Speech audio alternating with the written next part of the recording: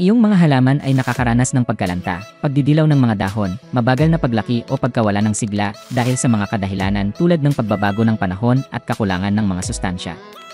Huwag kang mag-alala. Ipinapakilala ang gamot sa suporta sa paglago ng halaman, isang solusyon sa suporta sa pangangalaga ng halaman na binuo mula sa mga natural na sangkap, na tumutulong na pahusayin ang sigla ng halaman sa hindi kanais-nais na mga kondisyon sa kapaligiran.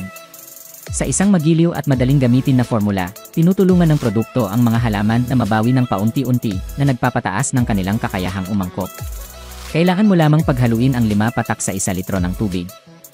Tubig at direktang spray sa mga ugat, dahon at tuktok ng halaman. Nagbibigay ng mga sustansya at pinasisigla ang mabilis na pagtubo na tumutulong sa mga halaman na lumago ng mas malusog. Ang pagiging epektibo ng produkto ay maaaring mag-iba depende sa species ng halaman, kalubhaan ng pinsala, at partikular na kondisyon ng pangangalaga.